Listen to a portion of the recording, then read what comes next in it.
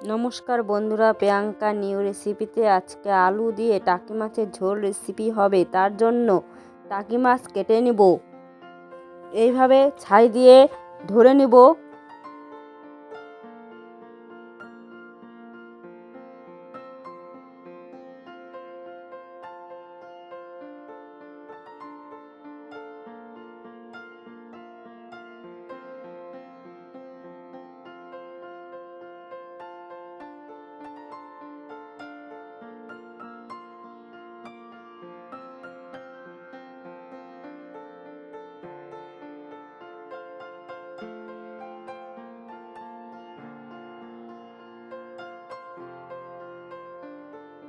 মাথা কেটে নিব, লেজ কেটে নিব, 2 টুকরা করে মাছ কেটে নিব।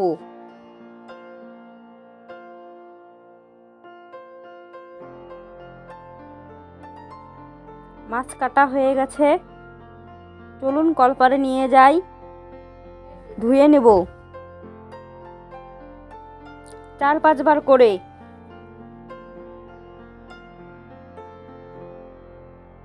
মাছ পরিষ্কার করে ধুয়ে নিয়ে চলে এসেছি।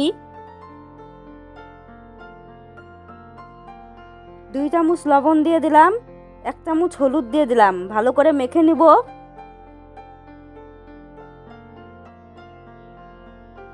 মাখানো হয়ে গেছে, রেখে দিলাম।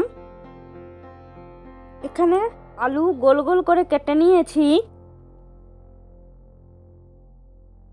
জিরা ধুয়ে নিব, ধুয়ে মিক্সচার জারে ভরে নিলাম। আদা কুচি দিয়ে দিলাম, 2টি শুকনো লঙ্কা দিয়ে দিলাম, অল্প জল দিয়ে দিলাম, পেস্ট করে নেব। পেস্ট হয়ে গেছে। কড়াইতে তেল বসিয়ে দিয়েছি, তেল গরম হয়ে গেছে, টাকি মাছগুলো দিয়ে দিলাম।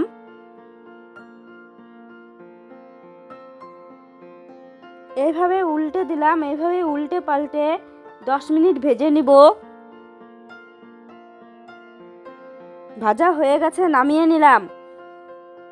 ওই তেলেই 1 চামচ জিরা দিয়ে দিলাম, নেড়ে দিলাম, ভেজে নিব অল্প। আলু দিয়ে দিলাম, নেড়ে দিলাম, 10 মিনিট ভেজে নিব।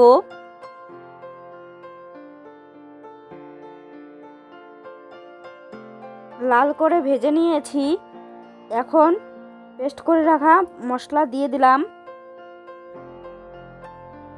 1 চামচ হলুদ দিয়ে দিলাম, 2 চামচ লবণ দিয়ে দিলাম, নেড়ে দিলাম, ভালো করে কষাই নিব।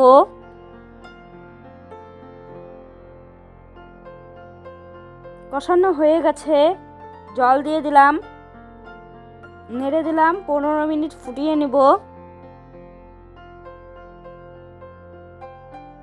ঝোল ফুটে গেছে, ভেজে রাখা টাকি মাছ দিয়ে দিলাম।